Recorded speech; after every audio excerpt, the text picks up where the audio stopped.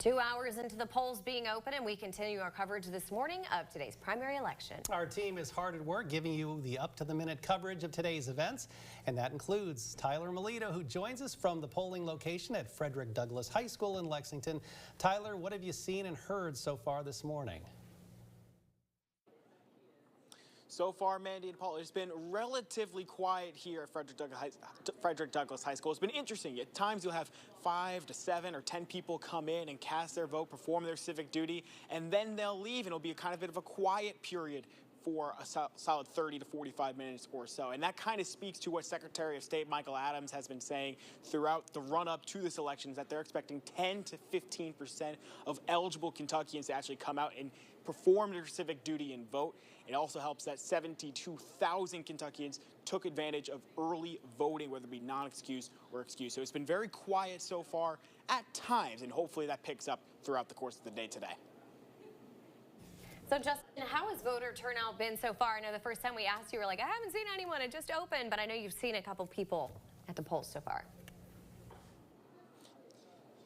Yeah, like I was just mentioning, we've seen a few more people coming in, and most part, people have been very excited to perform that civic duty. They say that this is their annual tradition, or 6-month tradition, as we're in a primary year, and we had the general election in November. So for the most part, it's been people who've been very eager to do so, but like I mentioned before, a little bit quieter compared to what you would see on a normal general election day.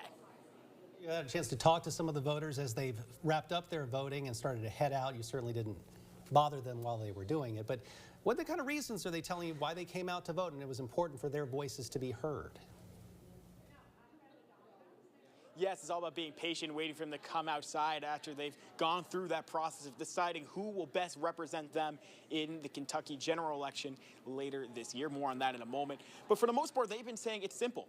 It's their American right. It's their right that they have earned as being an American citizen, and they don't want that to be squandered. One person told me that she said, if you come out and vote, or if you don't come out and vote, you don't have the right to complain on the issues that are facing our state.